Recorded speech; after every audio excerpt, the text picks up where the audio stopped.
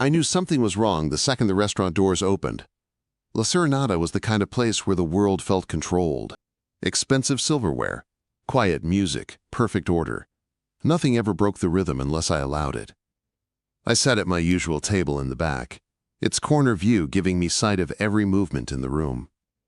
I was finishing a business dinner, another deal closed, another territory secured.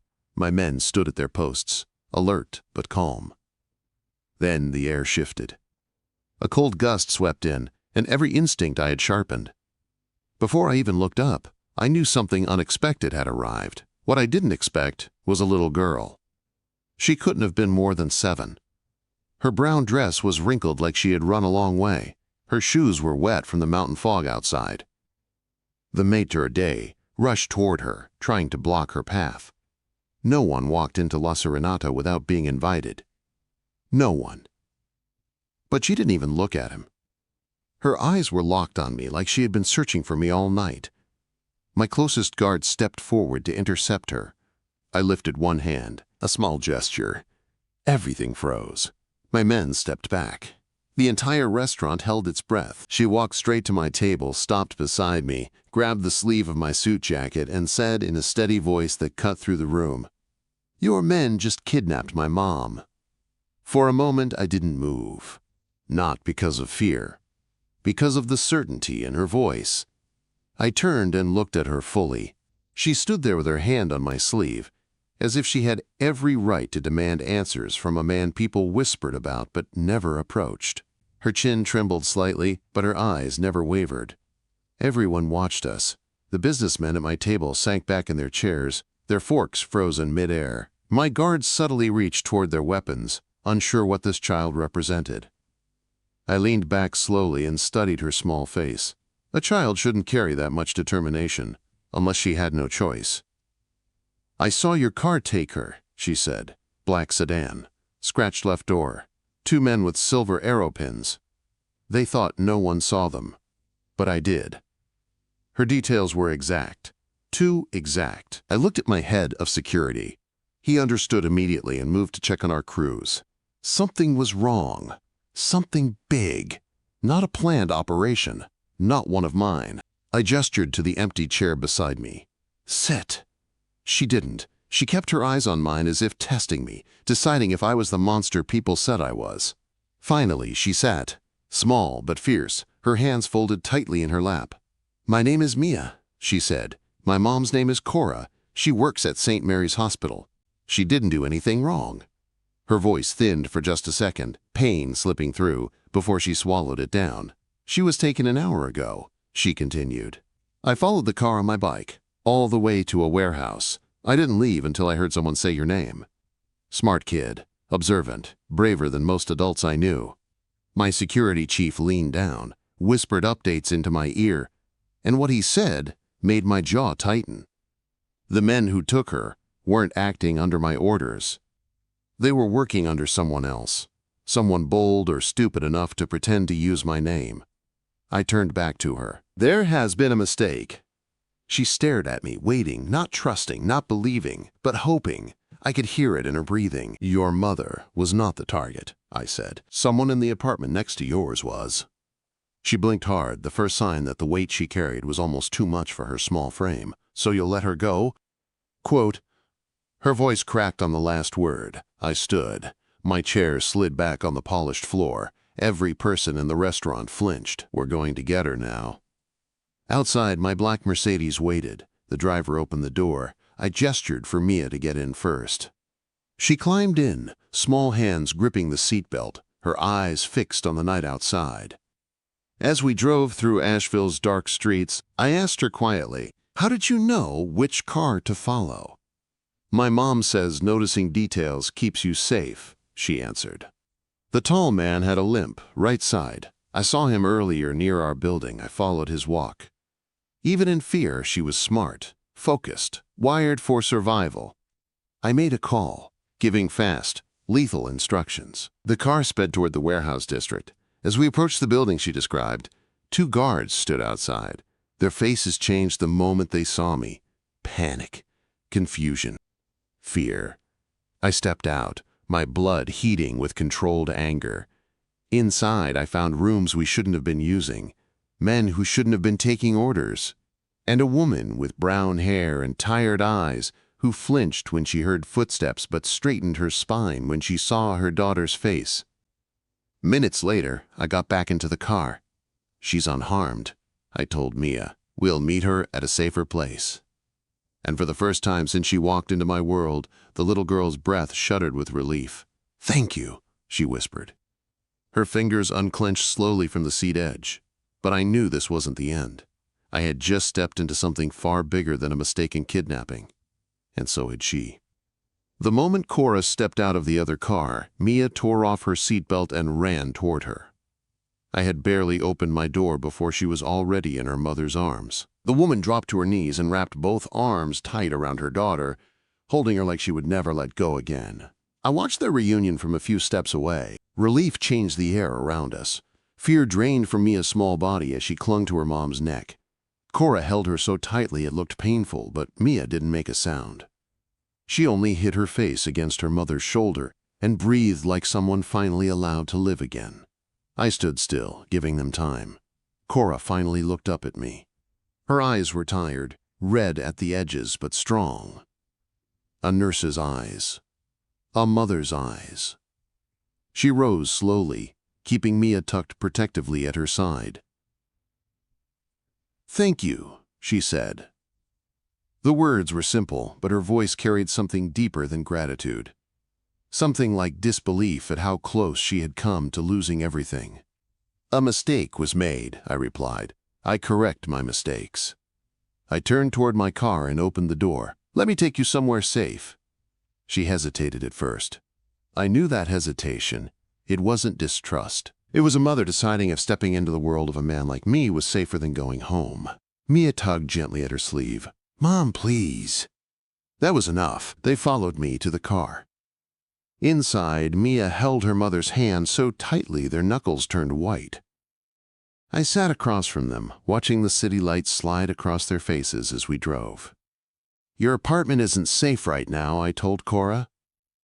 "It's being watched by the men who are actually looking for your neighbor." Her eyes widened at that, fear shifting into realization. "My neighbor?" she asked. "Why?" "He works for the district attorney's office," I explained. "Carries evidence for cases certain people want to disappear. And they mistook me for him," she said quietly. Her hand instinctively tightened around Mia. We pulled up to a small hotel tucked into the edge of downtown. Not luxury, but secure.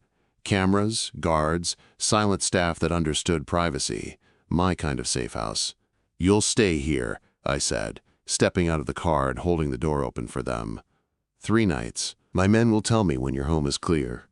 Inside the hotel room there were 2 beds, fresh linens, suitcases already waiting with clothes in their exact sizes. Cora looked at the bags with a mix of caution and unease. "How did you know what size my daughter wears?" she asked. "Observation," I said simply. "It's part of my job." She didn't like that answer, but she understood it. I placed a small card on the nightstand. 1 number. "If anything happens, call me." I turned to leave, but paused at the door and looked at Mia. Her small hands were still trembling, but she stood there with her chin raised. "You showed courage tonight," I said to her. "Your mother should be proud." Cora's eyes softened at that. Not trust, not yet, but a shift. For the next 3 days they stayed in that room, safe, quiet, untouchable. My men watched the building. No one came near them. Novak's men kept circling their old apartment, confused, frustrated, and unaware how close they were to being removed permanently. On the 4th morning, I sent a woman I trusted. Not one of my men. Someone who looked like a detective or a social worker. Someone who wouldn't frighten a mother and child. She delivered an envelope with keys to a new apartment and documents for a job transfer. "Your old home is compromised," she said. "This is safer." Cora accepted it with slow, wary movements. She was learning how my world worked. Protection always came with shadows. 2 weeks passed. They moved into their new home, a building with a doorman, cameras, quiet halls, and neighbors who kept to themselves. Perfect for staying unnoticed. I stayed away. But I watched.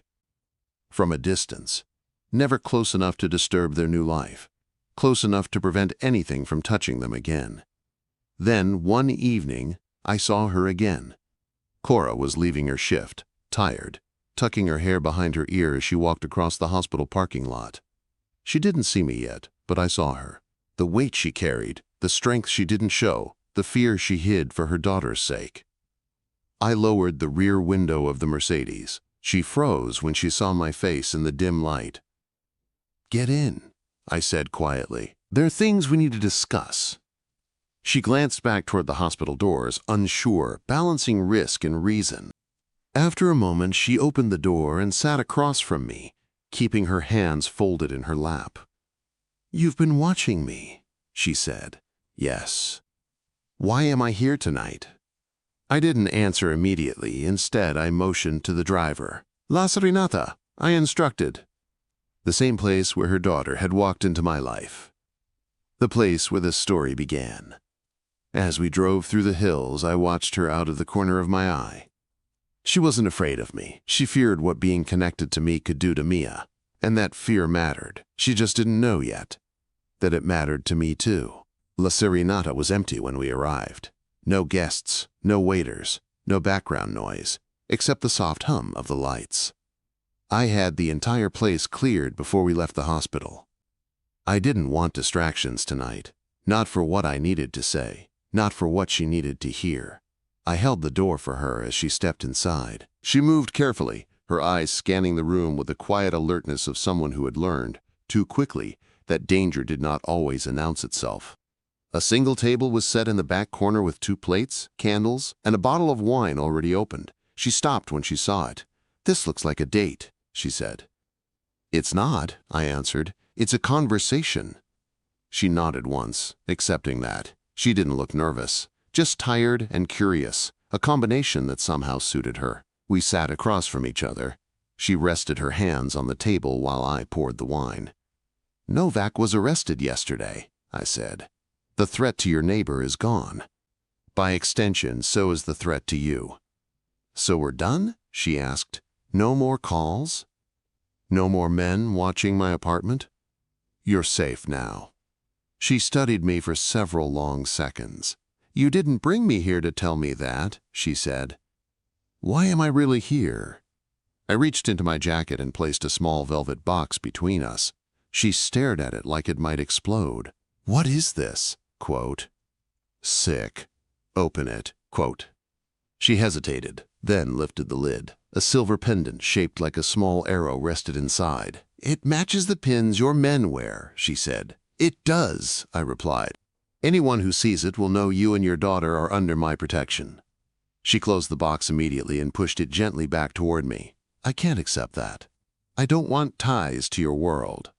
"This isn't a tie," I said. "It's insurance." "Insurance is still a connection," she argued. "And I don't want my daughter growing up thinking someone like you is her shield." Her voice didn't shake, not once. She was brave in a different way than her daughter. Quieter, calmer, but firm. I leaned back and studied her. "Your daughter is the reason this exists." Cora raised her chin. "Mia is strong. She'll protect herself. So will I." "You misunderstand," I said. "The necklace isn't about capability. It's about making sure the wrong people never look at her again." Her jaw tightened. "Are you threatening us?" she asked. "No," I said quietly. "I'm warning you about the world you walked into the moment your daughter came to my table." Her eyes softened just a little, not with sympathy, with understanding. We ate in silence for several moments. She picked at her food, thinking deeply, while I watched her with the same patience I used at the negotiation table. "Why?" she finally said. "Why do you care what happens to us? We are nothing to your empire." I didn't answer right away. Some truths were too personal to speak, even for me. "Your daughter reminded me of someone," I said. "Someone you lost?" she asked gently. I didn't respond. I didn't have to. The silence between us shifted, grew warmer, more human. Not romantic, not yet, just honest. I stood, ready to end the conversation, before it went somewhere neither of us could control. The necklace is yours to accept or refuse, I said. But my protection stays either way. As I turned, she suddenly reached for the box again. Her fingers brushed the velvet as she opened it one more time. I'll keep it, she said quietly. Not as a symbol, not as a promise, but because I won't risk Mia's safety out of pride. I nodded once. A simple agreement between two people who understood stakes better than most. A car took her home. I didn't follow, but I watched from a distance as she stepped into her apartment, her hand brushing the place on her collarbone where the pendant would soon rest. Over the next months, life settled for them, and I stayed in the shadows. Until the night, everything changed again. It was Christmas Eve, quiet, cold, almost peaceful. Cora walked through the hospital parking garage after her shift. Her scrubs were wrinkled, and her hair was pulled back in a loose bun.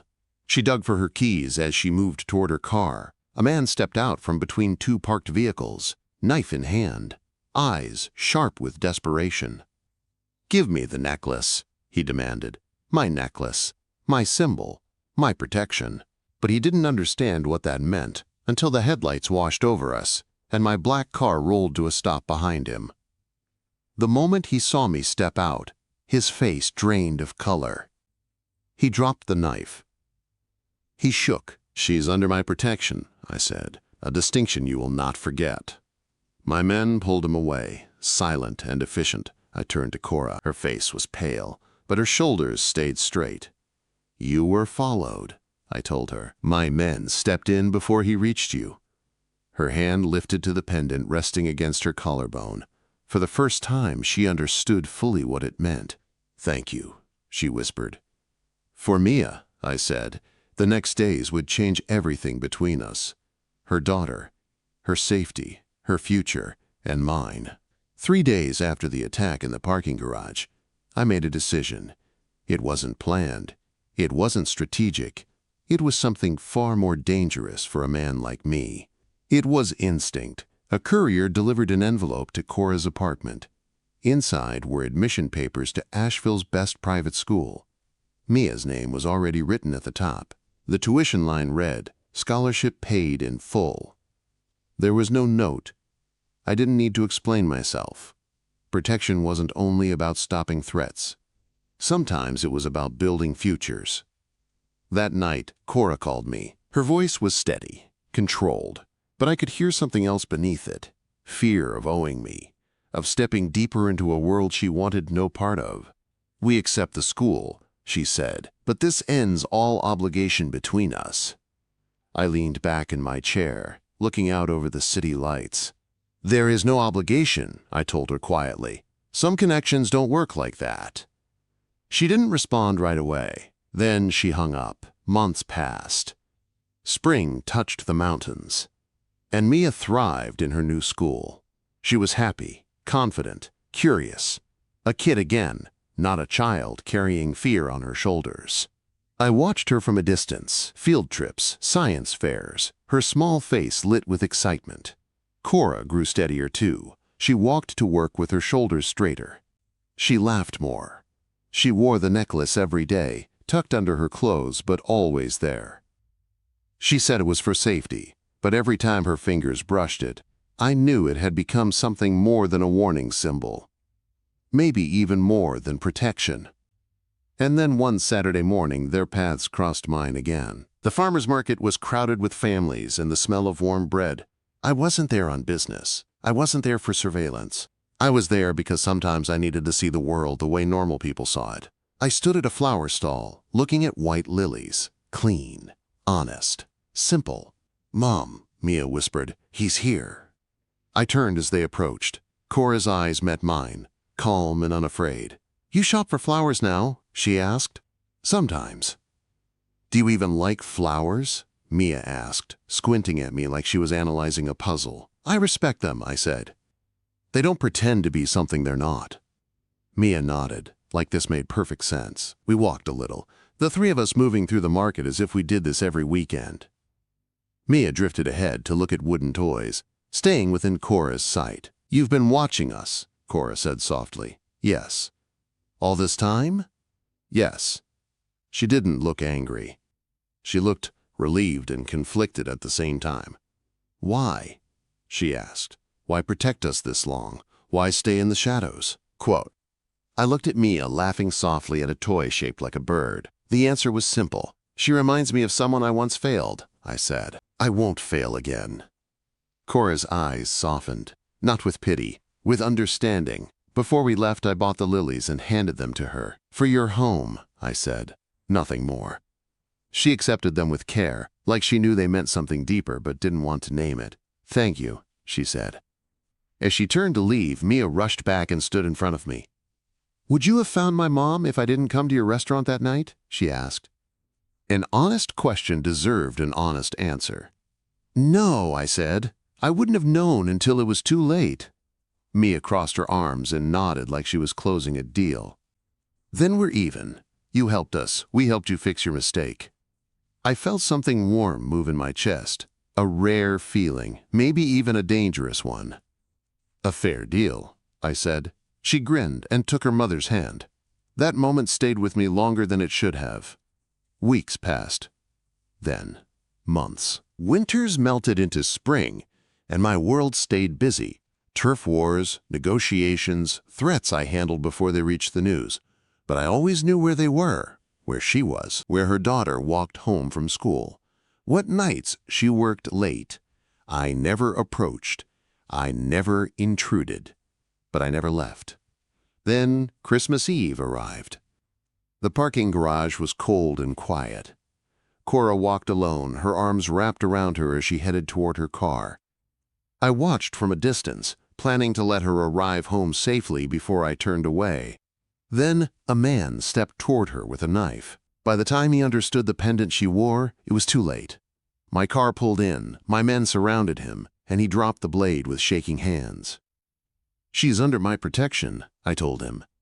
"Remember that distinction." The moment I turned to Cora, I saw it.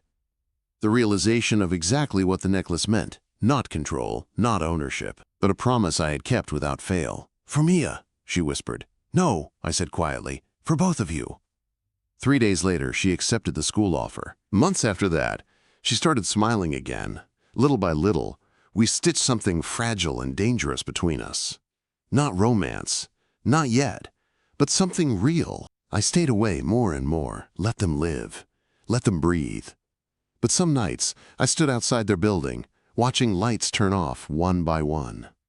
Not because they needed protection, but because I needed to see the two people who reminded me that power didn't erase humanity. That night, as I watched snow fall under the streetlights, I realized something I had never allowed myself to feel.